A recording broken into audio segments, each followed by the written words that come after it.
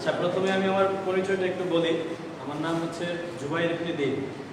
আমি পড়াশোনা করছি চট্টগ্রাম বিশ্ববিদ্যালয়ের প্রাণ রসায়ন ও মনোপ্রাণ বিজ্ঞান বিভাগের ৩য় বর্ষ। ঠিক আছে, এতটুকুই আমরা বলি। আর আজকে আমরা একটা মজার চ্যাপ্টার পড়ব। নাম কি সেটা অবশ্যই তোমরা দেখছো এই যে পোস্টারে, কি বংশগতি ও বিবর্তন। খুবই মজার একটা চ্যাপ্টার। ঠিক আছে, তো এখানে আমরা যদি এটা শুরু করতে চাই তাহলে প্রথমেই আসি কি যে আমাদের সবাই বলে না, আত্মীয় স্বজন বলে যে এই যে এর চেহারা কি এর বাবার মতো হয়েছে। ঠিক আছে, এর চেহারা একদম হুবহু কার মতো হয়েছে, এর মায়ের মতো হয়েছে। কী কারণে বলে? আমরা এই রিলেটেড কথাবার্তা, বিভিন্ন বৈশিষ্ট্য, লম্বা খাটো, উঁচা নিচা, তারপর কি যা কিছু আছে, চোখের রং কি, চুল অনেকের দেখো না, চুল কি হয়, সিল্কি হয়, আবার স্ট্রেট হয়, আবার কার্লি হয়। তো এই সব কিছু আমরা কি হয়, এই যে বংশগতি যে চ্যাপ্টারটা, এখানে কি করা হয়, আলোচনা করা হয়। তো চলো আমরা শুরু করি।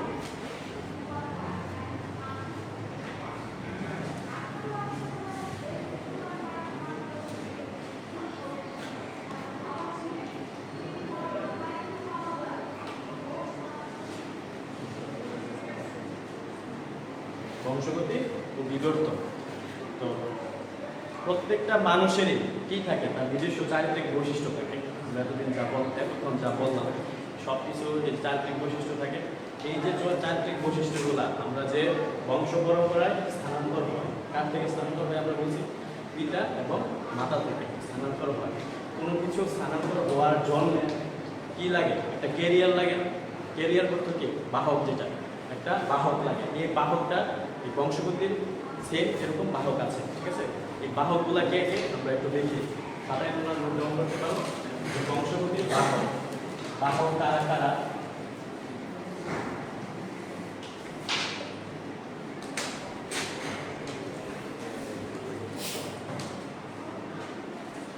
ক্রোমোজোম,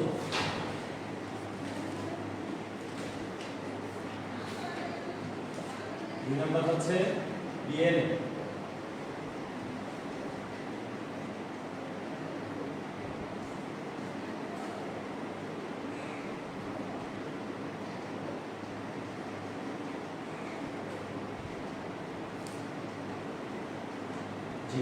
এগুলা এই যে ডিএনএ, আরএনএ, ক্রোমোজোম, জিন, এগুলোর মাধ্যমে কি হয়, আমাদের যে বংশগতির যে চারিত্রিক বৈশিষ্ট্যগুলো, এগুলা কি হয়, বংশ পরম্পরায় স্থানান্তরিত হয়। এই যে বংশ পরম্পরায় স্থানান্তরিত হয়, এই প্রক্রিয়াটার নামই কি, বংশগতি। বুঝছি ভাইয়ারা, বলছি রেসপন্স করবার, না বুঝলে বারবার বললাম, কোনো সমস্যা নেই। তো এই বংশগতি নিয়ে একটা বিজ্ঞানের একটা আলাদা আলাদা সাবজেক্ট থাকে না, যেমন ফিজিক্স, বায়োলজি, এগুলা কি আলাদা আলাদা সাবজেক্ট। এই বংশগতি নিয়ে যে এরিয়াতে তোমার রিসার্চ করা হয় বা পড়াশোনা করা হয় বা যত প্র্যাকটিক্যাল করা হয়, এই সব কিছুকে যেই মানে চ্যাপ্টারে করা হয়, এই অধ্যায়টার নাম কি, এই যে হেরিডিটারি বা বংশগতি বিদ্যা। এই বিদ্যাটার নাম কি, বংশগতি বিদ্যা। যেমন আমরা বায়োলজি পড়ি, মানে কি জীববিজ্ঞান। জীববিজ্ঞান মানে কি, আমরা এই পুরা বডি, হিউম্যান বডি সহ অ্যানিম্যাল বডি যাই বলো বা প্ল্যান্ট বডি, যা কিছু আছে সব কিছু নিয়ে এভরিথিং আমরা যা কিছু আলোচনা করি সেটাকে বলা হয় বায়োলজি। আর এইটাকে আমরা এই জিন, ক্রোমোজোম, আরএনএ, ডিএনএ সব কিছু নিয়ে যেখানে আলোচনা করবো সেটাকে কি বলা হয়, বংশগতি বিদ্যা বলা হয়। ঠিক আছে, এটার ইংলিশের নাম কি, হেরিডিটি। হেরিডিটি আমরা একটু ইংলিশটার পাশাপাশি জানি, পরবর্তীতে তোমাদের অনেক কাজে লাগবে। ঠিক আছে, বংশগতির ইংলিশ নাম হচ্ছে কি, হেরিডিটি। ওকে, তো এখন আমরা আসি, প্রথমে আসি আমরা ক্রোমোজোম বললাম। ঠিক আছে, সবাই লিখেছ ক্রোমোজোম বললাম। তো এই ক্রোমোজোমে আমরা আসি, ক্রোমোজোম কোথায় থাকে, একটা কথা বলে নিই যে বংশগতি এই যে প্রধান উপাদান হচ্ছে কি, ক্রোমোজোম। ঠিক আছে, একদম বংশগতির প্রধান উপাদান হচ্ছে ক্রোমোজোম। এই ক্রোমোজোম আমরা কোনো কিছু একটা নাম শুনলে প্রথম কি বলি, যে এটা কোথায় থাকে, কিরকম বৈশিষ্ট্যগুলি, মানে আনুষঙ্গিক বৈশিষ্ট্য কি কি আছে এগুলো জানি। তো ক্রোমোজোমের বৈশিষ্ট্য আছে অবশ্যই। ক্রোমোজোম থাকে তোমার নিউক্লিয়াসে, তোমরা অবশ্যই নাম শুনেছ। আমরা একটা নিউক্লিয়াস আঁকি, তাইলে এই যে ধরো এটা একটা সেল, ওকে, এটা একটা সেল, সেলের যে কেন্দ্রিকা এটাকে আমরা কি বলা হয়, কি বলি, এটাকে নিউক্লিয়াস বলি। ঠিক আছে, নিউক্লিয়াসের মধ্যে আমি একটু বড় করে আঁকি।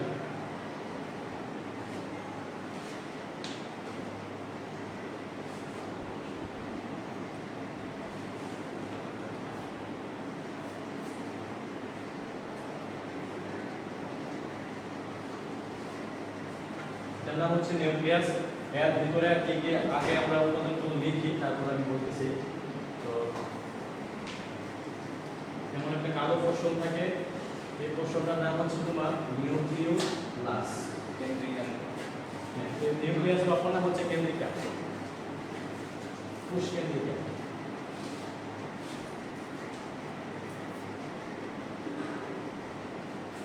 তারপর থাকে তোমার ক্রোমাটিন তন্তু, ঠিক আছে? এটার সাথে এভাবে অ্যাটাচ থাকে অনেক পেঁচানো কুণ্ডলিত, যেটা এরকম ক্রোমাটিন তন্তু থাকে।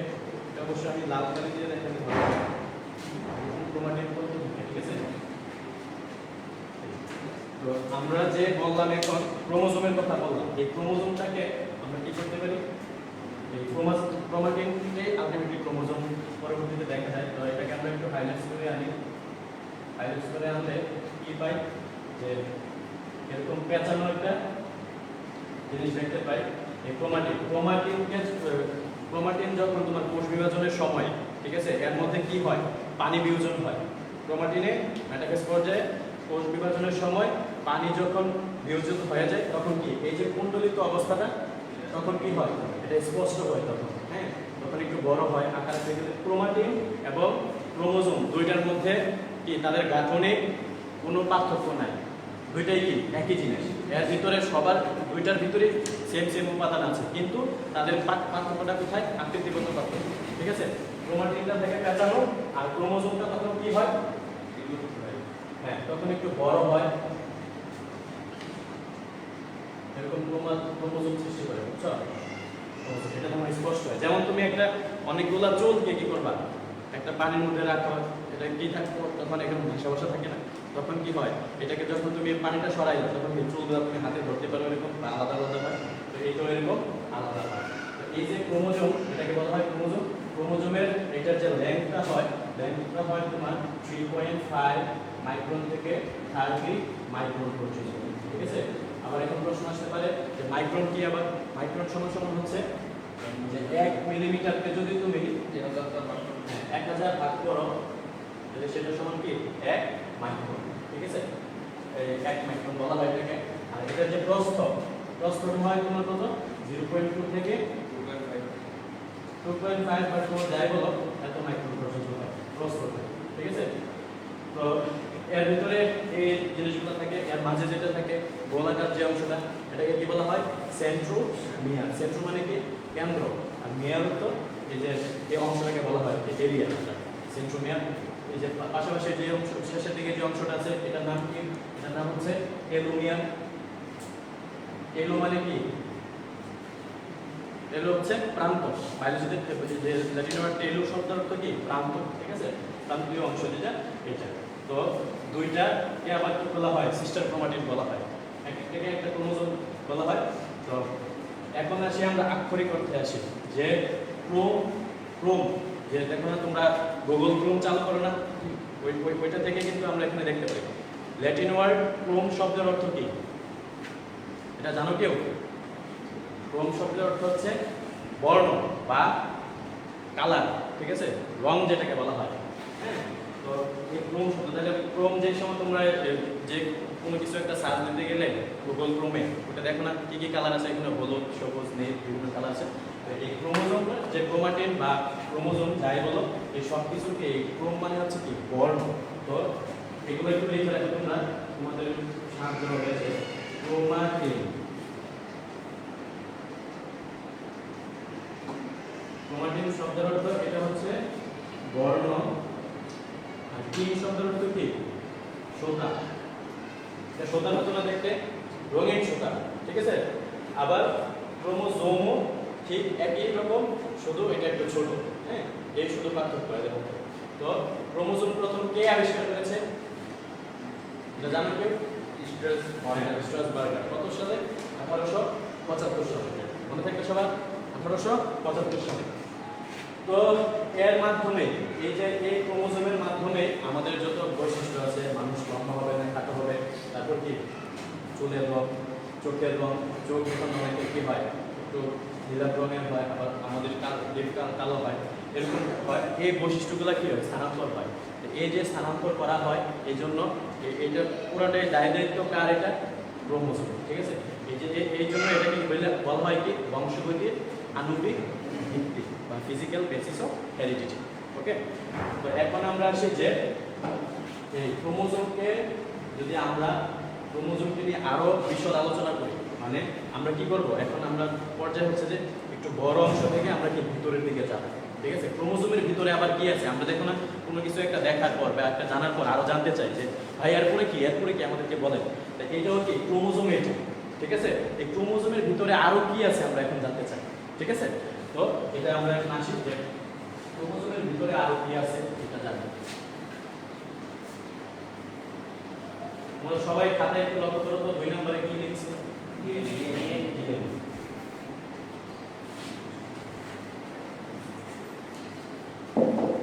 ক্রোমোজোমের পর আসে কি ডিএনএ। ওকে, ডিএনএ এটা পুনরূপ কি আরো ডিঅক্সি রাইবো নিউক্লিক অ্যাসিড, তাহলে এটা লিখলাম, ঠিক আছে, রাইবো নিউক্লিক অ্যাসিড। তো এখন আসি যে ডিঅক্সি রাইবো নিউক্লিক অ্যাসিডের গঠন, এটাকে বলা হয় কি তোমার কেমিক্যাল বেসিস অফ হেরিডিটি বলা হয়। এই জন্য এটার গঠনের জন্য মানে মূলত কাজটা করে কে সে, ঠিক আছে। এখন তোমরা এই যে এর কেমিক্যাল বেসিসটা আমরা একটু দেখব, এর ভিতরে কি কি আছে, এটা কি কি কাজ করে, এটা সব কিছু আমরা দেখব। তো ডিঅক্সি রাইবো নিউক্লিক অ্যাসিড আমরা একটা চিত্র আঁকি, এটা কি কয় সূত্রাকার হয়, 20 সূত্রাকার হয়, ঠিক আছে।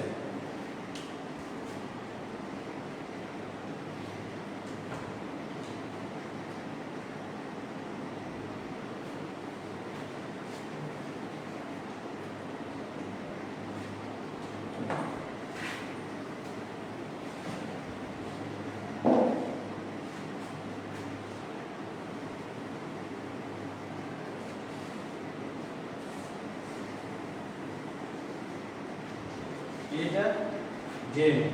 ওকে, তো আমরা এখন আসি যে ডিএনএ এখন আমরা দেখি কিসের মতো লাগতেছে, এটা শর্ট দেখা যায়।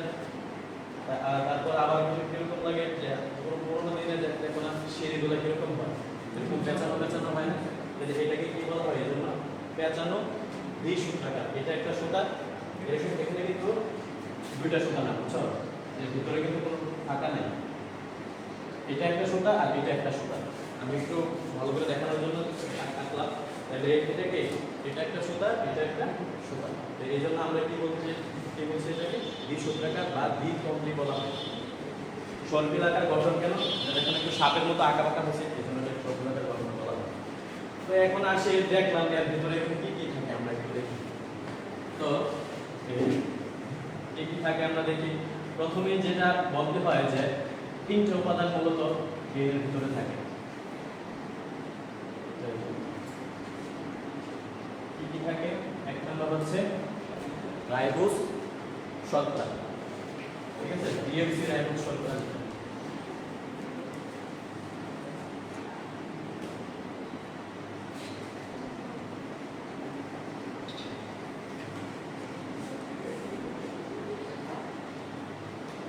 কয় কার্বন বিশিষ্ট এটা, 5 কার্বন, ঠিক আছে। রাইবোজ শর্করাগুলো কি হয় 5 কার্বন।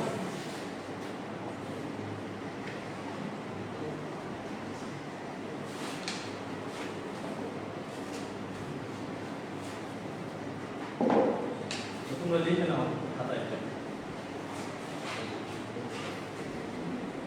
5 কার্বন বিশিষ্ট থাকে। তারপর কি থাকে এদের মধ্যে, নাইট্রোজেনাস বেস থাকে, ঠিক আছে।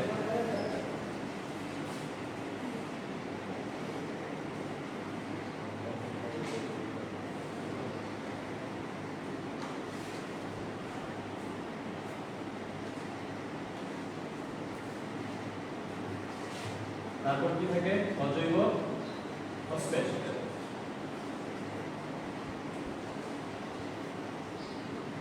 অজৈব ফসফেট এটা থাকে। সবাই একটু লিখে নাও। তো এখন আমরা আসি যে ডিঅক্সিরাইবোজ শর্করা এটা কোথায় থাকে। এই যে আমরা এরকম একটা হেলিক্যাল স্ট্রাকচার আঁকলাম, হেলিক্যাল স্ট্রাকচারটা এখন আমরা একটু বিচার বিশ্লেষণ অবশ্যই করতে হবে। কোনো কিছু তো লেখা বা আঁকার পর এটার একটা অবশ্যই একটা কারণ থাকে। এখন আমরা কারণটা বিশ্লেষণ করি যে এই ডিঅক্সিরাইবোজ শর্করা 5 কার্বন বিশিষ্ট যে এটা কোথায় থাকে। এই যে আমরা সিঁড়ি দিয়ে ওঠার সময় কি হয়, সাইডে একটু ইয়ে রাখে না, কাঠ রাখে বা স্টিল দ্বারা কিছু একটা ইয়ে করে যায়, তুমি ধরে ধরে যাতে উঠতে পারো, এটাকে তুমি এই ধরে ধরে ওঠার মতো চিন্তা করো, ঠিক আছে। এটা তাইলে এখানে কে থাকবে, তোমার ডিঅক্সিরাইবোজ শর্করা, ঠিক আছে। এই যে হাতলটার মধ্যে কে থাকবে, পুরোটা হাতলের মধ্যে কে থাকবে, রাইবোজ শর্করা থাকবে 5 কার্বন বিশিষ্ট। তো তারপর এই যে নাইট্রোজেন গঠিত ক্ষারক, এই নাইট্রোজেন গঠিত ক্ষারক কারা কারা এটা জানো তোমরা। এটা হচ্ছে যে 4 ধরনের নাইট্রোজেন গঠিত ক্ষারক পাওয়া যায়। তো ডিএনএ এর মধ্যে এটা 4 ধরনের পাওয়া যায়। কি কি? অ্যাডেনিন, গুয়ানিন, সাইটোসিন, থাইমিন, ঠিক আছে। তাহলে আমরা শর্টকাট যদি বলি কি কি আছে, এটিসিজি, ঠিক আছে, এটিসিজি আগে করে বলতে পারো, সমস্যা নেই। তো এই ক্ষারকগুলো কোথায় থাকে? ক্ষারকগুলো থাকে তোমার এই ভিতরে। আমরা সিঁড়ি সিঁড়ি উঠি না, প্রত্যেকটা পদক্ষেপ, একটা সিঁড়ি উঠলাম, 2টা সিঁড়ি, তুমি এই যে ক্ষারকগুলোকে কি মনে করতে পারো, এই সিঁড়ির পদক্ষেপগুলো মনে করতে পারো, ঠিক আছে। তাইলে কি কি মনে করতে, এখানে কি আছে, ধরো দিলাম কি এডিনিন। এডিনিন সবসময় কার সাথে বাইন্ড করে? গুয়ানিনের সাথে, থাইমিনের সাথে, ঠিক আছে। কির সাথে বাইন্ড করে? কত মাঝে কয়টা বন্ড থাকে? 2টা হাইড্রোজেন বন্ড থাকে, ঠিক আছে। আমরা এরকম হ্যান্ডশেক করি না, যে ধরো আমি এডিনিন, তুমি কি থাইমিন, তাহলে আমরা 2 হাতে হ্যান্ডশেক করব, ঠিক আছে, মনে থাকবে। এখন আসি এটা থাইমিন। এখন আসি গুয়ানিন কার সাথে করে? এটা যদি এন্ড চলে যায় আর কি কে থাকে? আমাদের সাইটোসিন থাকে, গুয়ানিন আর সাইটোসিন। তাহলে এদের মধ্যে কয়টা থাকে? 3টা বন্ড, ঠিক আছে, এরকম। তাহলে এটা আমার একটা সিঁড়ি, তারপর কি আরেকটা সিঁড়ি, এরকম উঠতে উঠতে আমরা উপরে যাবো এখন। তো এটি জিসি। এখন আমরা আসি তোমার এখানে উদ্ভূত। এখন আমরা এই যে র্যাঙ্কটা নির্ণয় করব। এই যে দেখছো 2টার ভিতরে একটা মধ্যকার বরফ আছে না, আমরা যে বৃত্ত আঁকি এরকম, কেন্দ্র, এটাকে আমরা কি বলি? ব্যাস বলি। তাহলে এটার অবশ্যই একটা ব্যাস আছে। এই ব্যাসটা কত? আমরা এটাও কল্পনা করতে পারি, এটাও কল্পনা করতে, আমরা নিচেই দেখি এই ব্যাসটা কত? 20 অ্যাংস্ট্রম, ঠিক আছে। আবার এখন বলতে পারো যে অ্যাংস্ট্রম মানে কি? 1 মিটার যদি তুমি সরি 1 অ্যাংস্ট্রম সমান সমান কত? অনেক ছোট প্ল্যান করো, 10 মিটার, ওকে। এটা লিখে নাও, 1 অ্যাংস্ট্রম সমান 10 মিটার। আর তাদের মধ্যকার ব্যাস কত? 2টা হেলিক্সের মধ্যকার ব্যাস হচ্ছে 20 অ্যাংস্ট্রম। তারপর আসি আমরা এখন দেখি যে একটা ঘূর্ণন, এটা কি প্রত্যেকটা ঘূর্ণন না, একটা ঘূর্ণনের মধ্যকার দূরত্ব কত? ধরো আমি এখান থেকে শুরু করলাম একটা ঘূর্ণন, এটা আমার স্টার্টিং পয়েন্ট বললাম, এটা শেষ কোথায় হবে, তাই না? বা তুমি এখানেও ধরতে পারো, এখান থেকে আমার এটা শুরু হইলো ঘূর্ণন, এখানে এই আমার অর্ধেক আসলাম, অর্ধেক ঘূর্ণন, আরেকটা ঘূর্ণন কোথায়? এখানে এসে শেষ হবে, ঠিক না? কারণ কি করি আমরা, এই যে বৃত্তের যদি তোমরা এরকম ঘূর্ণন দেখো, প্রথম থেকে শুরু করে আবার কোথায় আসি? আগের অবস্থানে আসি। এটাকে যদি তোমরা একটু গ্রাফ আকারে বা তরঙ্গ আকারে চিন্তা করো, তখন কি পাই? আমরা এই অর্ধেকের জন্য এই অর্ধেক আঁকলাম, ঠিক আছে। আর বাকি অর্ধেক এখানে নিচে আঁকি না, এটা আমরা নিচে না আঁকে কি করবো? এই দিকে আঁকবো, ঠিক আছে। তাহলে এটা একটা পূর্ণ ঘূর্ণন হয় না। এইটাও তোমরা এভাবে চিন্তা করো যে এখান থেকে শুরু করো, এখানে যদি আমি আরেকটু বাড়িয়ে দিই, তাহলে কি এখানে আমার একটা পূর্ণ ঘূর্ণন শেষ। তাহলে এই একটা ঘূর্ণন সমান কত অ্যাংস্ট্রম? আমরা এখন দেখি, এটা সমান কত? 34 অ্যাংস্ট্রম, ঠিক আছে। তাহলে 34 অ্যাংস্ট্রম। এখন আমরা বলছি যে একটা ঘূর্ণনের মধ্যে কয়টা নিউক্লিওটাইড থাকে? এরকম নিউক্লিওটাইড মানে হচ্ছে যে যখন তোমার একটা ডিএনএ এর স্ট্রাকচারে ডিঅক্সিরাইবোজ শর্করা, নাইট্রোজেন গঠিত ক্ষারক, অজৈব ফসফেট সবগুলা থাকে, সবগুলাকে আমরা কি বলি একসাথে? নিউক্লিওটাইড বলা হয় সবগুলা। আর যদি তোমার শুধু এই যে ডিঅক্সিরাইবোজ শর্করা আর কি নাইট্রোজেনের ভিতর ক্ষারক থাকে, শুধু এজি সরি এটি জিসি এগুলো থাকে, তাহলে এটাকে কি বলা হয়? নিউক্লিওসাইড। নিউক্লিওসাইড। যখনই তোমার ফসফেট যুক্ত হবে সেটার নাম কি হয়ে যাবে? নিউক্লিওটাইড। খাতায় লিখে ফেলো একটু, শর্ট নোটগুলো লিখে ফেলো যে যখন তোমার 5 কার্বন বিশিষ্ট রাইবোজ শর্করা, ঠিক আছে, প্লাস নাইট্রোজেন গঠিত বেস, নাইট্রোজেনাস বেস থাকবে, তখন এটার নাম কি হবে? নিউক্লিওসাইড। Side, nucleoside. আর যখন এর সাথে তোমার কি যুক্ত হবে? এর সাথে আমি কি করে দিলাম? আরো ইনঅর্গানিক ফসফেট বা অজৈব ফসফেট, যেটা একটা ফসফেট মূলক যুক্ত করে দিব, তখন এটার নাম কি হবে? নিউক্লিওটাইড। এস এর জায়গায় তুমি কি দিবা? টি দিয়ে দিব শুধু। ওকে, মনে থাকবে? এস এর জায়গায় টি দিয়ে দিব শুধু, নিউক্লিওটাইড।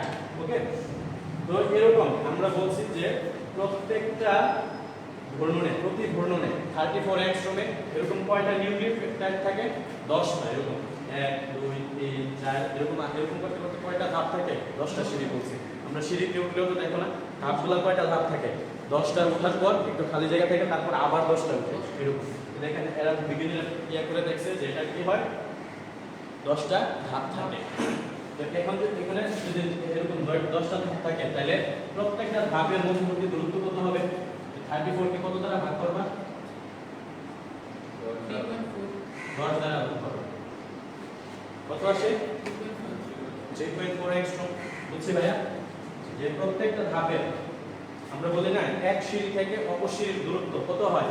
3.4 অ্যাংস্ট্রোম এই ডিএনএ এর ক্ষেত্রে। ঠিক আছে, তো এই হচ্ছে মোটামুটি ওভারঅল জিনিসপত্র। আর এই যে ডিএনএ এরকম যে স্ট্রাকচার, এটা কে দিছে প্রথম? Watson and Crick. নামটা লিখে ফেলো, খুবই গুরুত্বপূর্ণ। ওয়াটসন এন্ড ক্রিক 1958 এ, ঠিক আছে, 1958 সালে ওয়াটসন এন্ড ক্রিক তারা কি করছে? এরকম এরা এই যে এক্স-রে ক্রিস্টালোগ্রাফি একটা মেথড আছে, ঠিক কি? এই মেথডের নাম কি? X-ray crystallography. আমরা এই যে এক্স-রে মেশিন করি না, এক্স-রে মেশিনে যে হাত যদি ভেঙে যায় তাহলে কি ভাঙা অংশটা একটা ফটোগ্রাফিক ফিল্মে উঠে না? এরাও এরকম করছে যে ওই দুজন বিজ্ঞানী, সম্মানিত বিজ্ঞানী, তারা কি করছে যে বিভিন্ন অ্যাঙ্গেল থেকে, ধরো আমি এখান থেকে ডিএনএটা আমার কাছে আছে, এই অ্যাঙ্গেল থেকে আমি আলো ফেললাম, এই যে এক্স-রে লাইট ফেললাম, ওই পাশে একটা কি হয়? প্রতিচ্ছবি সৃষ্টি হয়। ওনারা এরকম দেখছে বিভিন্ন অ্যাঙ্গেল, এই অ্যাঙ্গেল, এই অ্যাঙ্গেল, এই অ্যাঙ্গেল, বিভিন্ন অ্যাঙ্গেল থেকে দেওয়ার পর দেখছে যে আসলে কি এই যে ডিএনএ যে আকার আকৃতি এরকম হয় কেমিক্যাল স্ট্রাকচার। ঠিক আছে, তো ওনার এই কাজের জন্য ওনারা কি পাইছে? নোবেল পাইছে। ঠিক আছে, এটা কিন্তু খুবই গুরুত্বপূর্ণ। যার যার যেই কোনো অবদান তাদেরকে কি সম্মানের সাথে স্মরণ করা উচিত, ঠিক না? কারণ ওনারা অনেক কষ্ট করে এগুলা বের করছে। আচ্ছা, তো এই যে এজি এপিজিসি এগুলার মধ্যে কি কি, এই যে তোমার চোখ কিরকম হবে, চুল কিরকম হবে, এই যে তথ্য থাকে না আমরা এনক্রিপ্ট করি না, এই তথ্যগুলা এনক্রিপ্টেড থাকে কোথায়? এই যে ডিএনএ যে নাইট্রোজেনাস বেসগুলো আছে এগুলাতে কি থাকে? তথ্যগুলা এনক্রিপ্টেড থাকে। ঠিক আছে, পরবর্তীতে কি হয়? তুমি যখন মানুষ সৃষ্টি হওয়ার পর কি হয়? আমরা যখন বড় হই তখন কি এখান থেকে কিন্তু আস্তে আস্তে তোমার ইনফরমেশনগুলো কি হয়? ডিক্রিপ্ট হয়। মানে কি? মানে একটা জিনিস আমি তোমাকে বললাম যে এই একটা জিনিস তোমাকে আমি খামে দিয়ে দিলাম, ঠিক আছে, তুমি এটা কত বছর পরে খুলবা? 5 বছর পরে খুলবা।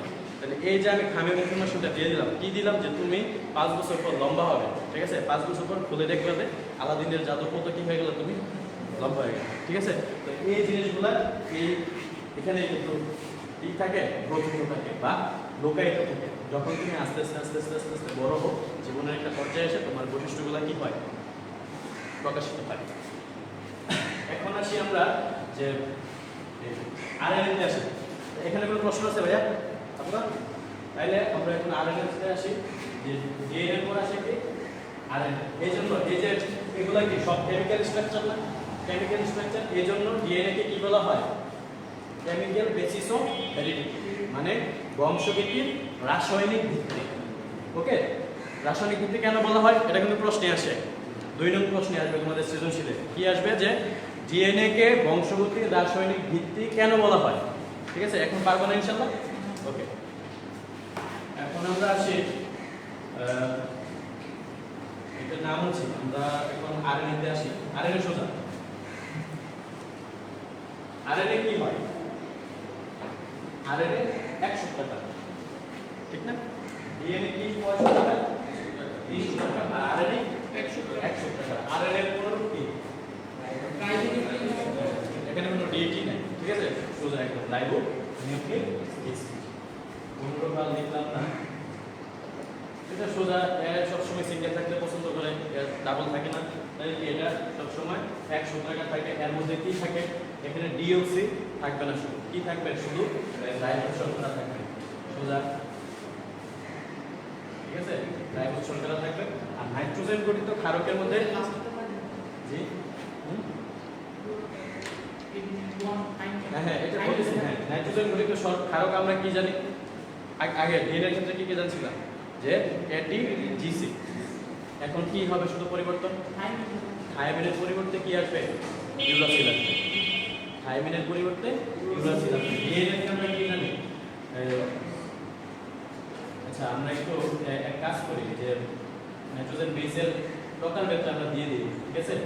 নাইট্রোজেন বেসের প্রকারভেদটা দিয়ে দিই, সুবিধা পাই। প্রথমে আমরা কি পাই? পিউরিন,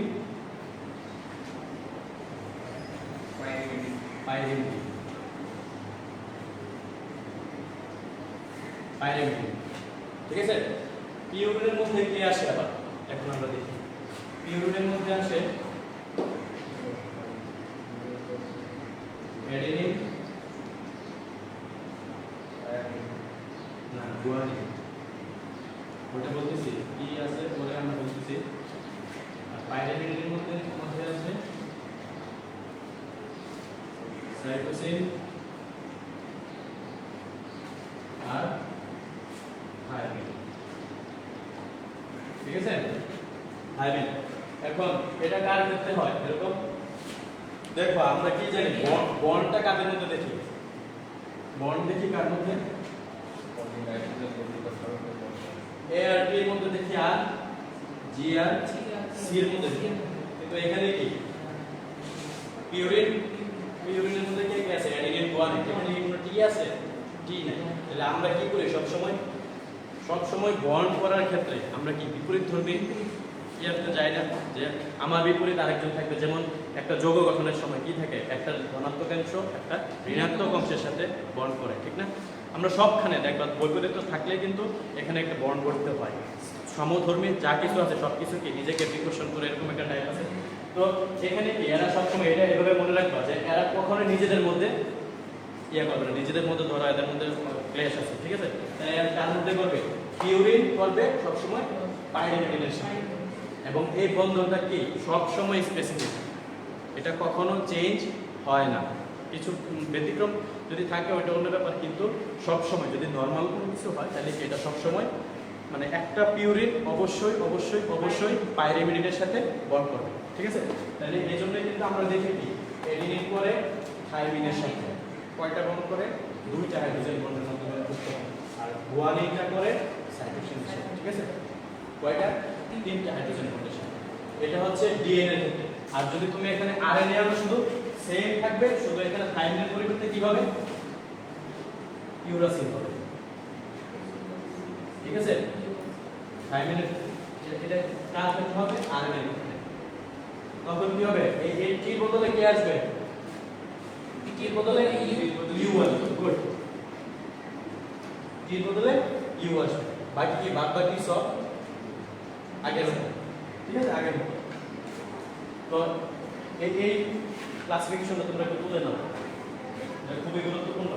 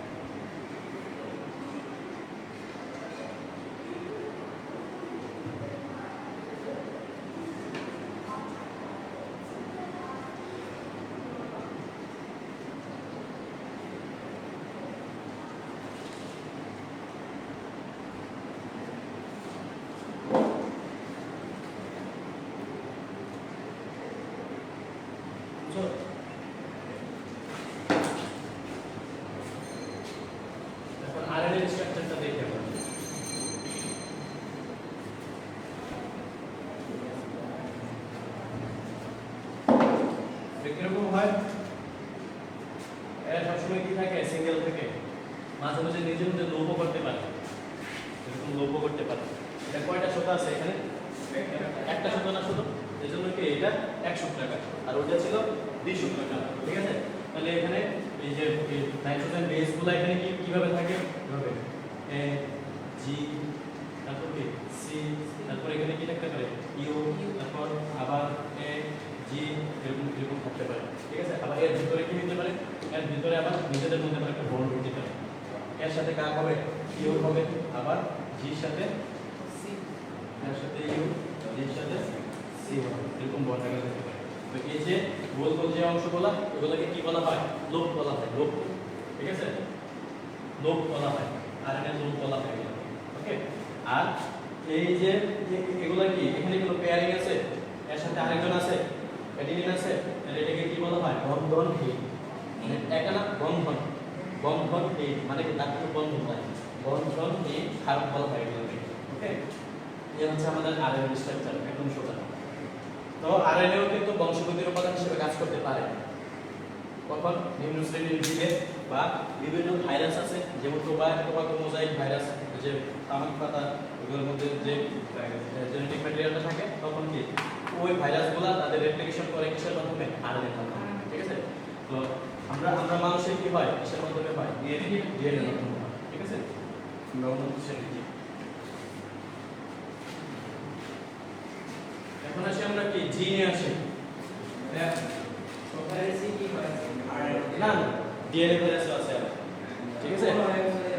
হ্যাঁ corona, corona RNA virus, COVID-19 RNA virus. এখন আসি কোথায়, জিনে, ওকে।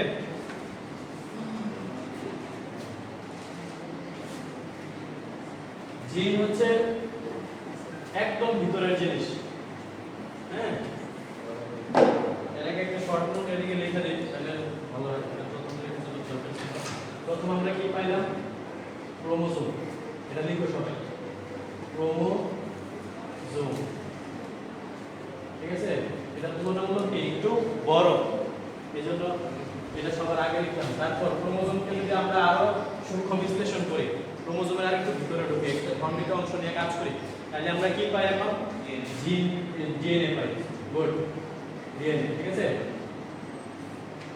ডিএনএ পাই। তারপর হ্যাঁ না, এটা হচ্ছে এক সিরিয়ালে, যার মধ্যে ডিএনএ পাবা, বংশগত উপাদান, তার মধ্যে ডিএনএ থাকে, ঠিক আছে। তারপর ডিএনএ কে যদি তুমি জিনের সংজ্ঞাই হচ্ছে কি, ডিএনএ এর খণ্ডিত অংশকে জিন বলা হয়, ঠিক আছে। তারপর কি পাবা তুমি, জিন পাবা। জিন কি আমরা যে জিন জানি এটা ভূতপেত্নী নাকি, ঠিক আছে, এটা কিন্তু না, এটা কি তোমার বংশগতির নিয়ন্ত্রক, যত বংশগতির যত বৈশিষ্ট্য আছে, মূলত মাস্টার মাইন্ড কে সেই, বলে না যে এই কাজের পিছনে বড় ধরনের হাত আছে একজনের, এলাকার বড় ভাই, এটাও কি এরকম, যে তোমার যা কিছু আছে সব কিছুর মধ্যে কার ঠিক আছে। তাহলে এই সিরিয়ালটা মনে রাখবে, ক্রোমোজোম, তারপর কি পাই, ডিএনএ, তারপর কি পাই, জিন, ঠিক আছে। জিনকে কি বলা হয়, যত বৈশিষ্ট্য সবগুলোর নিয়ন্ত্রক বলা হয়। আরএনএ, ওদেরও কিন্তু জিন আছে, তখন শুধু এখানে আরএনএ হয়ে যাবে, ঠিক আছে। ভাইরাস টাইরাস এগুলো, যেগুলো আরএনএ ভাইরাস। তো জিন হচ্ছে এখানে কি থাকে, যে জিন থেকে জিনের মধ্যে এই বেস পেয়ারগুলো কিন্তু থাকে, ঠিক আছে, যে রিলেট করে এই বেস পেয়ারগুলোই থাকে, এগুলো কি পরস্পর শৃঙ্খলভাবে থাকে, পরস্পর শৃঙ্খলভাবে থাকে।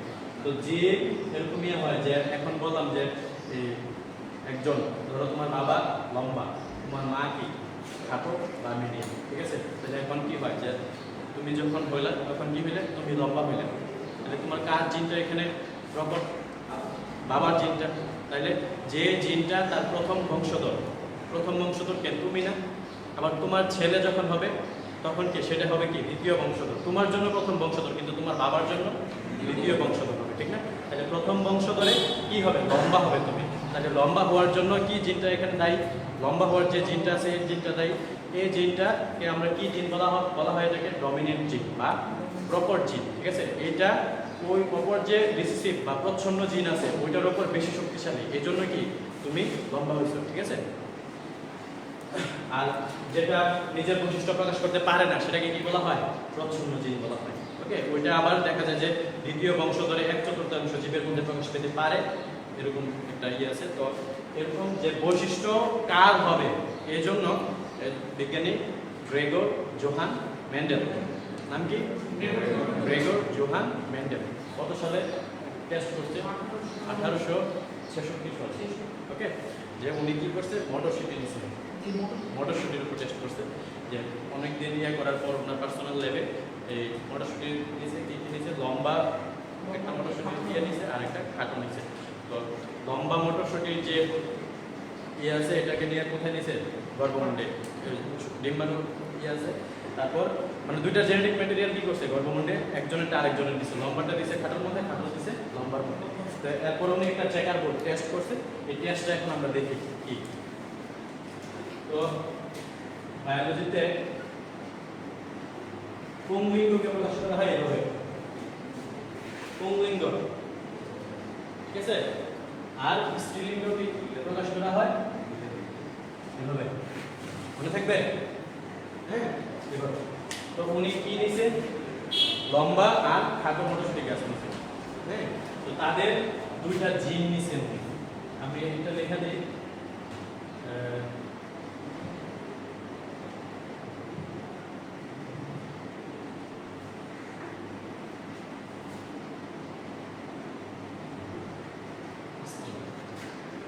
এখন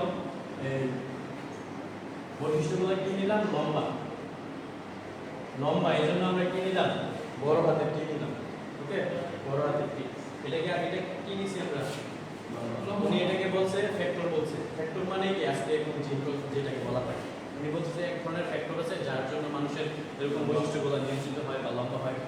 তো এটাকে এখন বিজ্ঞানীরা গবেষণা করে দেখার পর দেখছে যে এটা কি, আসলে এটার নাম কি, জিন, আর কিছুই না, এটা কি জিন। তো জিনগুলা কি হয়, পরস্পর সহাবস্থান করে, বুঝছো, যে এরা কখনো সিঙ্গেল থাকে না।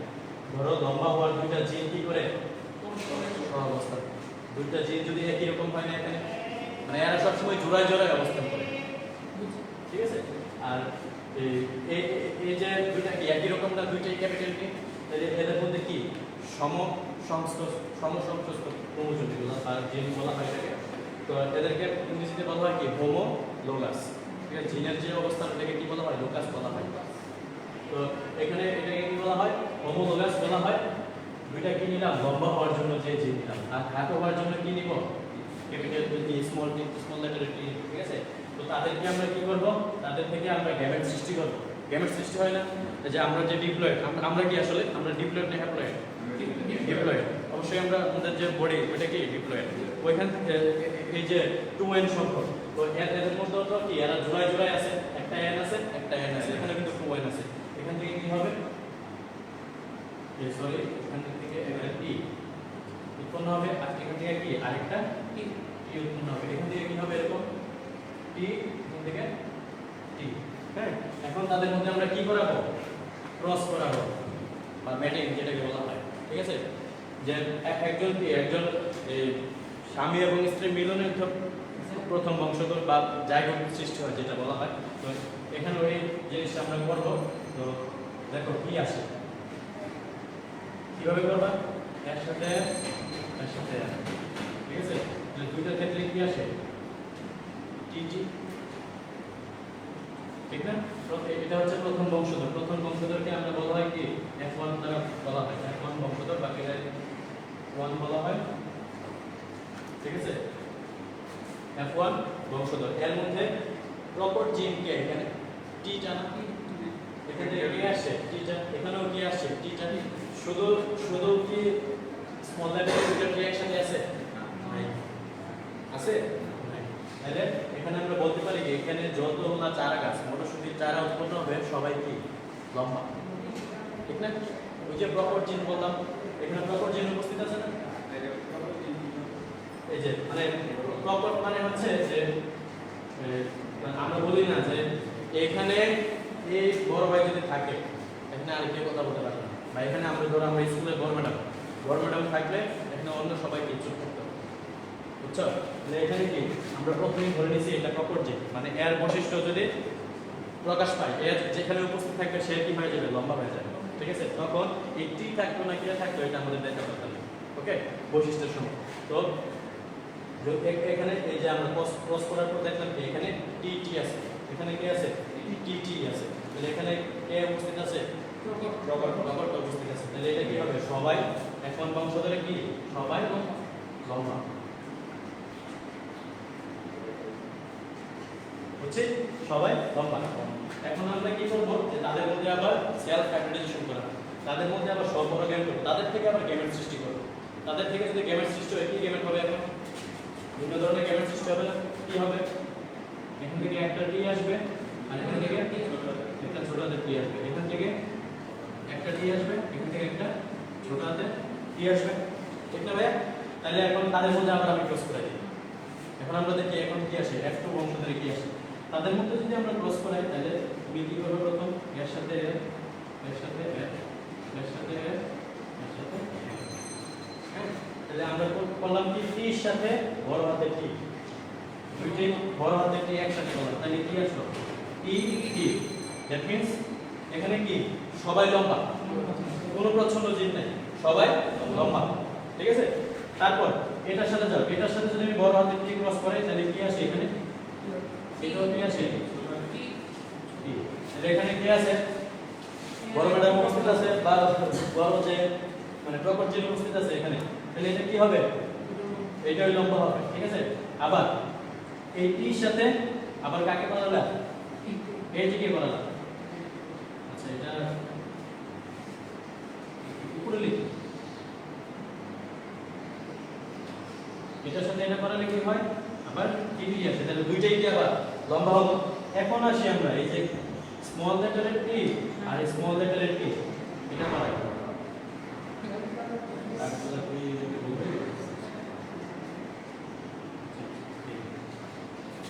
আবার সরি হ্যাঁ হ্যাঁ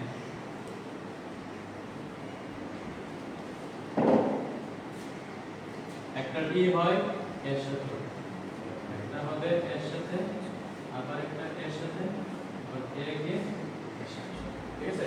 তাহলে এটা কি হয়, টি টি, এটা হয় ক্যাপিটাল টি। তারপর এই যে এই টির সাথে এই টি করালে কি হয়, স্মল লেটার টি আর এটার সাথে এটা করালে এটা হয় ক্যাপিটাল টি, এটার সাথে এটা করালে হয় ছোট টি। তাহলে আমরা কয়টা চার কাজ পাইলাম, চারটার মধ্যে দেখলাম কি একটা লম্বা, দুইটা লম্বা, তিনটা লম্বা, ঠিক আছে? আর একটা কি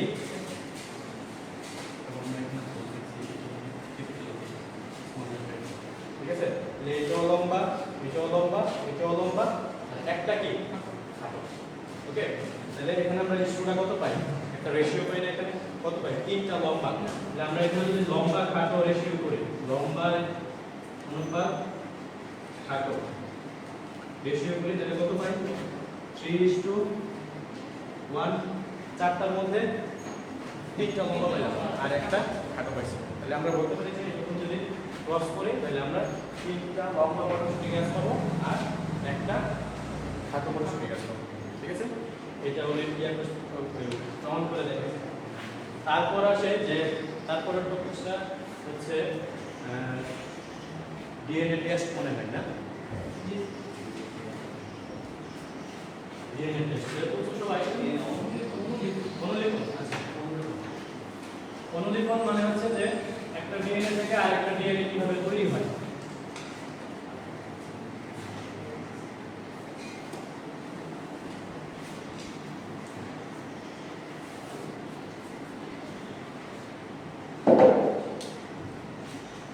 ডিএনএ সবসময় কি হয়, অর্ধরক্ষণশীল পদ্ধতিতে অনুলিপন হয়, ওকে? আরো দুই ধরনের হয়, কিন্তু ওই দুই ধরনের বেশি হয় না, ওইগুলো রেয়ার। সবসময় হয় অর্ধ সংরক্ষণশীল পদ্ধতিতে। লিখে দাও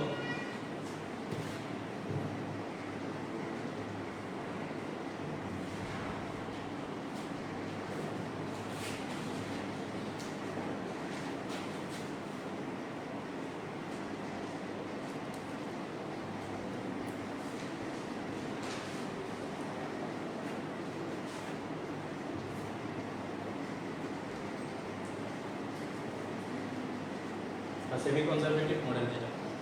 এখন আমরা কি করব, আগের মতো একটা ডিএনএ আঁকি।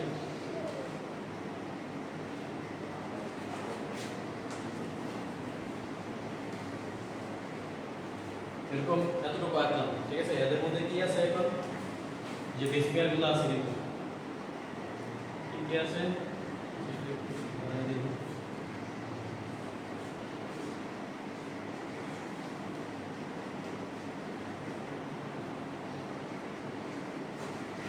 এখানে কিন্তু বেস পেয়ারগুলো আছে।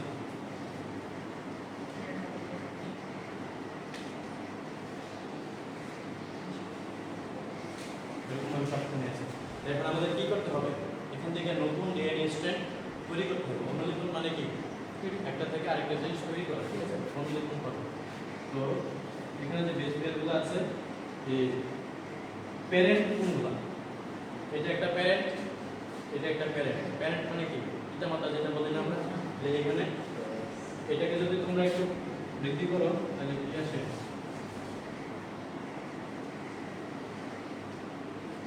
তাদের মধ্যে আর কি করো তুমি, এই বেস পেয়ারগুলো রাখবা না। কারণ কি, আমাদের এখানে নতুন সৃষ্টি করতে হবে। আগেগুলো এখানে আমার কি করতে হবে, ভেঙে দিতে হবে। একটা এনজাইম কাজ করে হেলিকেজ এনজাইম। হেলিকেজ এনজাইমের কাজই হচ্ছে যে এই যে হাইড্রোজেন বন্ড আছে তাদের মধ্যে, এগুলোকে ভেঙে দিবে, ঠিক আছে। ভেঙে দিলে আমার এখানে কি, এই যে এটাকে আমি চিন্তা করি, এখানে যে এ ছিল, এ এখানে একা হয়ে যায়, এটা এখানে একা হয়ে যায়। তারপর যে জি ছিল, সেও কি এখানে একা হয়ে গেছে। ওই আচ্ছা সরি, এদিকে তোমার টি আর সি হবে, যেহেতু এটি এভাবে বাকি দিয়েছে, টি সি, আর এদিকে হবে কে, এ জি, ঠিক আছে। তো তাদের কি এখন হাতগুলা খালি আছে, এই হাতে আবার আরেকজন যুক্ত হতে পারবে। তখন যদি তুমি পর্যাপ্ত পরিমাণ নাইট্রোজেনাস বেস দাও, আবার তখন কি তারা আবার বিভিন্ন প্রাইমিং রিঅ্যাকশনের মাধ্যমে এখানে যুক্ত হতে পারে। হ্যাঁ, তুমি কি করবে, এগুলো তো তুমি যে পরীক্ষাগারে করতে হবে না, তখন তোমাকে কি এই নিউক্লিওটাইডগুলো তোমাকে সাপ্লাই করতে হবে আলাদাভাবে, ঠিক আছে। তো নতুন যে সময় এখান থেকে হবে, তখন কি করবে, এখান থেকে আরেকটা স্ট্র্যান্ড তৈরি হবে। ধরে এটা এভাবে বাঁকায় গেল, এখান থেকে আরেকটা স্ট্র্যান্ড তৈরি হবে। এর সাথে কে আসবে এখন, টির সাথে এ আসবে,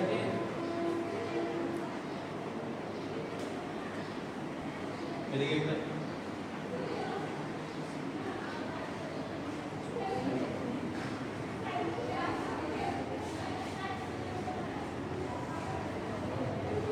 আর এখানে সির সাথে কি হবে, জি হবে, ঠিক আছে। এভাবে এখান থেকে আবার আবার এই লাইন থেকে কি, আমি এখানে জায়গা একটু কম, এই জন্য দুঃখিত। এখানে আবার কে আসবে, টি আসবে, এদিক দিয়ে একটা বেস সৃষ্টি হবে আবার, ঠিক আছে। এখানে কে আসবে, সি আসবে, ঠিক আছে। আমি চিত্র এত ভালো আঁকতে পারি না, এর জন্য বুঝলাম যে এখান থেকে এই একটা ডিএনএ থেকে আবার কয়টা ডিএনএ তৈরি হবে, দুইটা ডিএনএ তৈরি হবে। দ্যাট মিন্স অনুলিপনের মানেটা কি, এক থেকে মানে সংখ্যা বৃদ্ধি করা, ঠিক না। অনুলিপনের মানে হচ্ছে কি, সংখ্যা বৃদ্ধি করা। তো এখান থেকে একটা ডিএনএ ছিল, এখান থেকে কি এই পাশটা যদি আমি বড় করে দেখাই, তাহলে কি এখান থেকে এরকম একটা ডিএনএ আবার তৈরি হবে। আবার এখান থেকে কি হবে, এখান থেকে আরেকটা ডিএনএ তৈরি হবে। এটাকে ধরো তুমি এখান থেকে যেটা সৃষ্টি হয়েছে, আর এটাকে ধরো এখান থেকে যেটা সৃষ্টি হয়েছে, তাহলে এইটার যে এই জিনিসটা, এটাকে কি ওল্ড ডিএনএ না, ওল্ড ডিএনএ না, এই যে এখান থেকে আসলে পুরাতন ডিএনএ থেকে আসছে বা প্যারেন্ট ডিএনএ বলা হয়। আর যে নতুন সৃষ্ট যে স্ট্র্যান্ড, এটাকে কি বলা হয়, নিউ ডিএনএ টেমপ্লেট স্ট্র্যান্ড বা তাই বলো, সরি নিউ ডিএনএ স্ট্র্যান্ড বলা হয়। আর সেম এটাও কি আবার ওল্ড ডিএনএ স্ট্র্যান্ড, আর নতুনটা কি নিউ সিনথেসাইজড ডিএনএ স্ট্র্যান্ড। এভাবে আমাদের কি হয়, অনুলিপনটা হয়ে থাকে। এটা আস্তে আস্তে বৃদ্ধি পায়। হ্যাঁ, যতটুকু পর্যন্ত তোমার ওই এনজাইমগুলো কাজ করবে, ততটুকু পর্যন্ত এটা ল্যাঙ্থ অনুসারে, ডিএনএ নির্দিষ্ট একটা ল্যাঙ্থ আছে, এই ল্যাঙ্থ অনুসারে এটা ততটুকু বৃদ্ধি পাওয়ার পর এই অনুলিপন কি হয়, বন্ধ হয়ে যায়, ঠিক আছে। তারপর কি আবার এই সাইকেল আবার চলতে থাকে, ঠিক আছে, অনুলিপন সাইকেল চলতে থাকে। এরপর কি এই যে ডিএনএ টেস্ট মনে হয় না, সময় মোটামুটি হয়ে গেছে। আরেকটু কন্টিনিউ করি, কি করো, আচ্ছা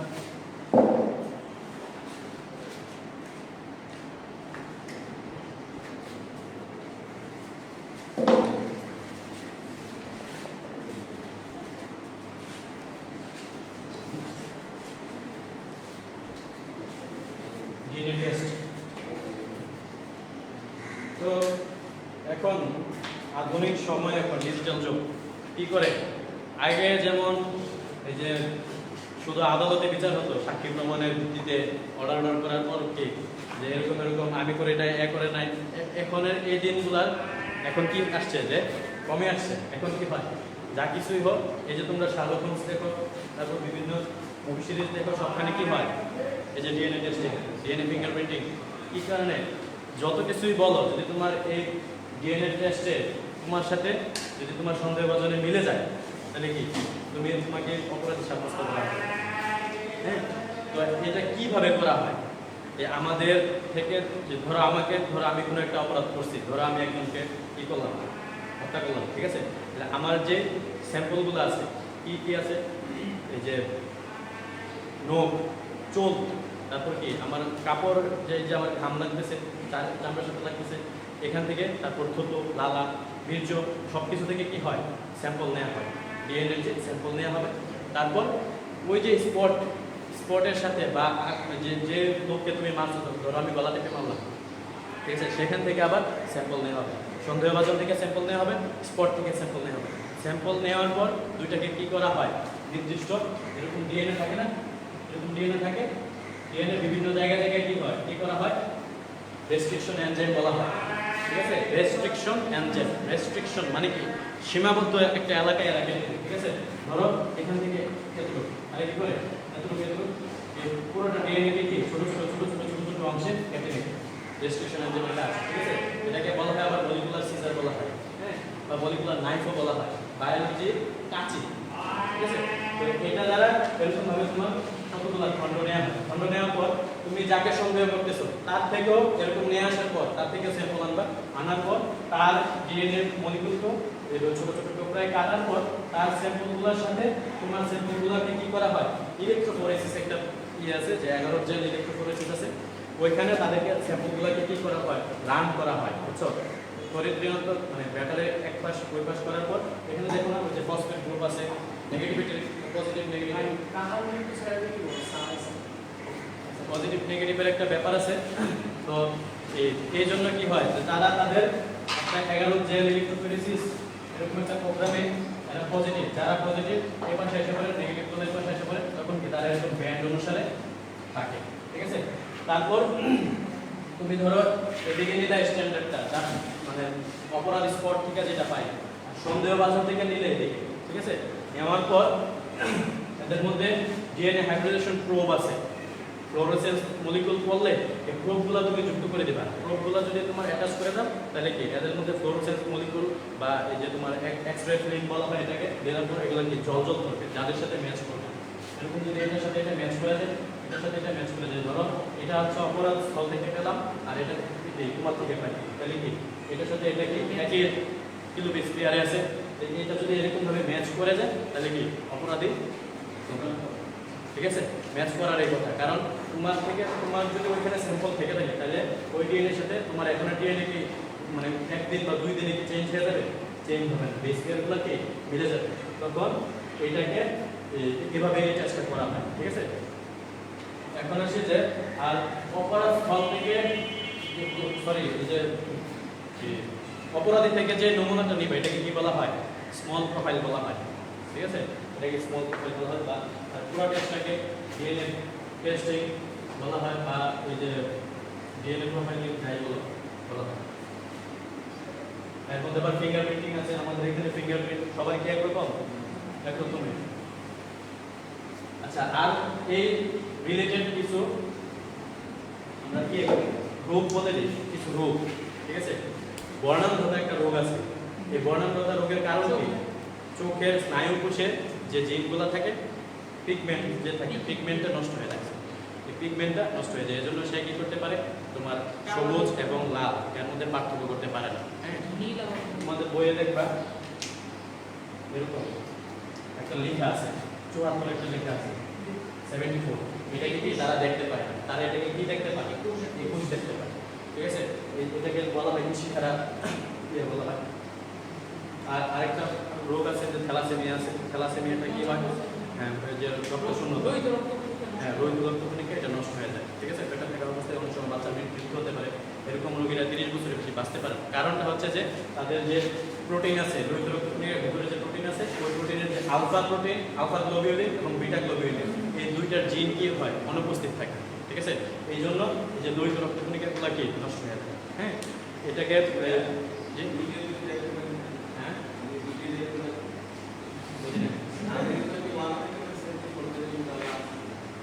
ওইটা তুমি সুস্থ দেয়, আর ওইটা 21 তুমি দেখতে পাবো না, ওইটা যারা অসুস্থ তাদের জন্য ইয়ে, ঠিক আছে। আর বেশি যদি সমস্যা হয়, একাধিক পিগমেন্ট যদি না থাকে, পিগমেন্ট মানে কি তুমি কালো কাপড় দেখো কি জন্য, কালো কাপড়টা ভালো শোষণ করে ইয়ে করতেছে এই জন্য। তো তোমার যদি এই পিগমেন্টটাই না থাকে তাহলে তুমি তো নীল হলুদও দেখতে পাবো না, ঠিক আছে। তারপর আছে ওই যে থ্যালাসেমিয়া, যেটা এটার মধ্যে আবার ওই যে আলফা বিটা বললাম, যে জিনটা অনুপস্থিত থাকবে সেই ধরনের থ্যালাসেমিয়া। যদি তোমার আলফা গ্লোবিউলিনের জিন অনুপস্থিত থাকে তাহলে ওইটা কি হবে আলফা থ্যালাসেমিয়া, আর যদি বিটাটা অনুপস্থিত থাকে বিটা থ্যালাসেমিয়া। আবার থ্যালাসেমিয়াকে আবার বৈশিষ্ট্যের উপর দুই ভাগে ভাগ করা যায়, কি কি, যে মেজর থ্যালাসেমিয়া আবার মাইনর থ্যালাসেমিয়া। মেজর হচ্ছে যে থ্যালাসেমিয়ার জিনটা যদি তুমি বাবা মা দুইজন থেকেই পাও তাহলে ওইটা কি মেজর, আর মাইনর হচ্ছে যে কোনো একজন থেকে পেতে পারে, আর ওইটা কি তোমার বাহক হিসেবে থাকতে পারে। হ্যাঁ বিটা থ্যালাসেমিয়াকে পুলিশ থ্যালাসেমিয়া বলা হয়, ঠিক আছে গুড। আর আরেকটা জিনিস একটু দেখাই দিই, এই যে তোমার লিঙ্গ নির্ধারণ, এটা মনে হয় স্কিপ করে আশা করছি, লিঙ্গ নির্ধারণটা দেখা শেষ হয়ে গেছে।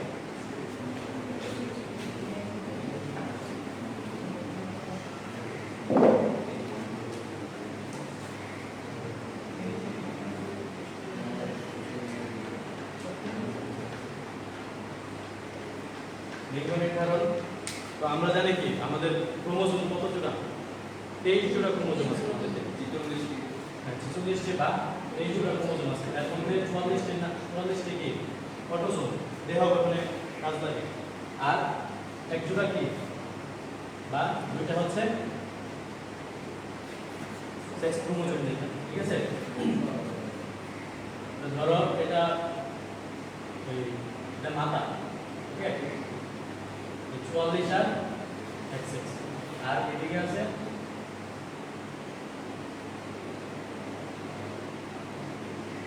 বাবার ঠাই কি থাকে XY। ইলেকট্রন মাইক্রোস্কোপের নিচে ক্রোমোজোমগুলোকে X এর মতো দেখা যায়, এজন্য এগুলোর নাম এরকম হয়, ঠিক আছে। আর ওইটাই কিন্তু কি রডের মতো আকৃতি, ঠিক আছে। বলো ছেলে হবে না মেয়ে হবে, কি বাবার উপর নির্ভর করে না? হ্যাঁ বাবা, যদি দায়ী করতে হয় কাউকে বাবাকে দায়ী করতে হবে, মার কোনো দোষ নাই, ঠিক আছে।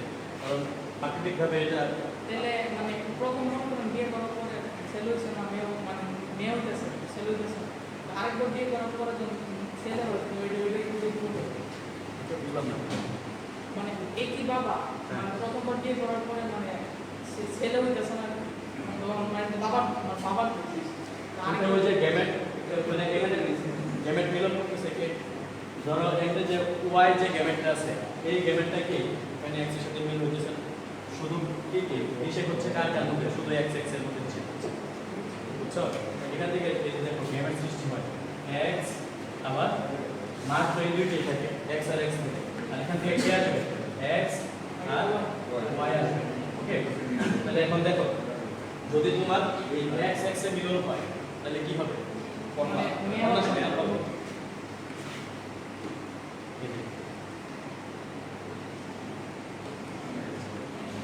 এটা তো একটা সম্ভাবনার নিয়ম, হইতেও পারে না হতে পারে এরকম।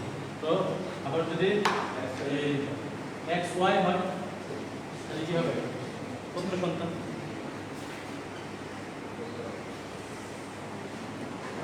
কারণ এখানে ওয়াই জিনটা আছে, ঠিক আছে, এই যে ওয়াই জিনটা আছে, আর এখানে আকৃতিটা কি এরকম হয় রোডের মতো আকৃতি, আর কি এই যে ওয়াই জিনটা এই যে এটা কি হয় এক্স থেকে একটু খাটো হয়, ঠিক আছে। দুইটা যদি এরকম হয় এই দুইটা এক্স মানে কি সম আকৃতি সমান সংখ্যা, আর এই এক্স ওয়াইটা কি একটু খাটো হয়, এই জন্য এটা এক্স আর এটা ওয়াই বলা হয়। এরকম যদি নিষেধ হয় তাহলে কি না এগুলো তোমার দেহ গঠনের সাহায্য করে, যদি তোমার স্কেল বৃদ্ধি করতেছে দৈনিক যত অবকাঠামো বৃদ্ধি হচ্ছে, ভ্রূণের বিকাশ হয়, তারপর তোমার যেই কোনো অর্গান সব কিছু বৃদ্ধি বিকাশ হচ্ছে না, আমরা কি ছোটো থেকে আস্তে আস্তে আস্তে আস্তে বড় হয়ে যাচ্ছি। এইগুলো কি এই যে 40টা এগুলোকে আস্তে আস্তে কাজ করছে, এগুলোকে কি বলা হয়? অটোসোম বলা হয়। অটোসোম বলা হয়। আজকে এই পর্যন্তই থাক। ধন্যবাদ।